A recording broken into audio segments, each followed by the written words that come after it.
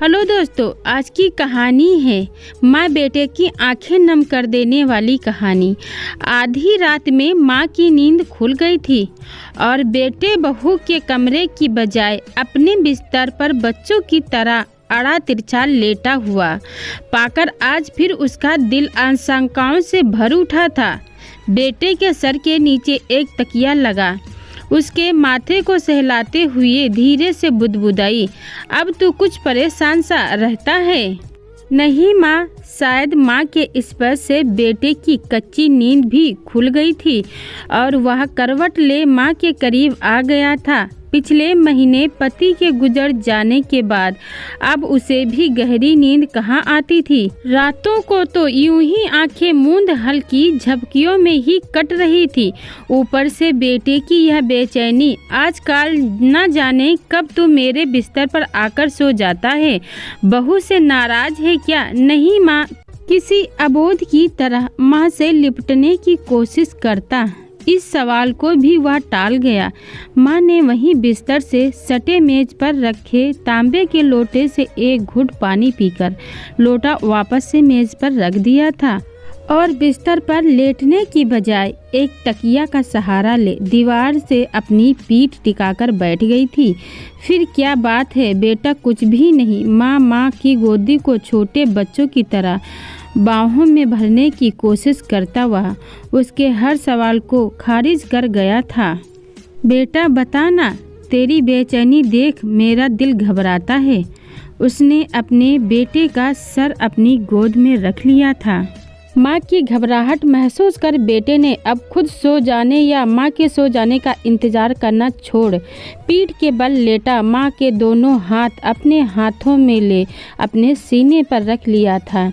माँ, आपको याद है ना, जब मैं बड़ा हो रहा था पापा ने मेरा कमरा अलग कर दिया था। हाँ, तो अलग कमरे की जिद भी तो तूने ही की थी। माँ ने उसे याद दिलाया था। हाँ, लेकिन तब आप मेरे सो जाने के बाद उस कमरे में आकर मेरे माथों को सहलाती, अक्सर मेरे बिस्तर पर ही सो जाया करती थी और सुबह मुझे अपने बिस्तर पर पाकर तू अक्सर मुझसे एक सवाल पूछा करता था, याद है ना? सोई गहरी रात में माँ बेटे भूली बिसरी बातें याद कर रहे थे। हाँ याद है। अच्छा तो बता, क्या पूछता था? सुबह की कही कितनी बातों को शाम तक भूल जाने वाले बेटे को बरसों पुरानी वह बात कहाँ याद होगी?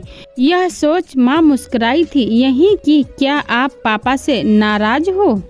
बेटे की अद्भुत याददाश्त क्षमता से रूबरू होती माँ का निस्तेज होता चेहरा अचानक एक अद्भुत मुस्कान के साथ कमरे की मदीम रोशनी में भी जगमगा उठा। हाँ, पर बेटा तुझे ऐसा क्यों लगता था? आज वर्षों बाद शायद माँ भी शिद्दत से बेटे के मन की उस बात को जान लेना चाहती थी जिसे जानने की फुर्सत उसे आज से पहले कभी नहीं मिली, क्योंकि मैं आपको हमेशा पापा के साथ देखना चाहता था। पिता को याद करते हुए बेटे ने अपने सीने पर रखे माँ के दोनों हाथों पर अपनी पकड़ मजबूत की थी। बेटा, मैं अभी तुम्हें हमेशा बहू के साथ देखना चाहती हूँ। माँ ने झुककर बेटे का माथा चूमकर कहा। माँ, तब आप पापा को कमरे में अकेला छोड़ मेरे पास क्यों आ जाती थी?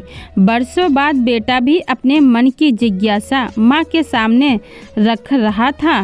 बेटा, डर लगता था कि अकेले कमरे में कहीं तू डर न जाए। माँ, अब जब पापा नहीं रहे मुझे भी डर लगता है।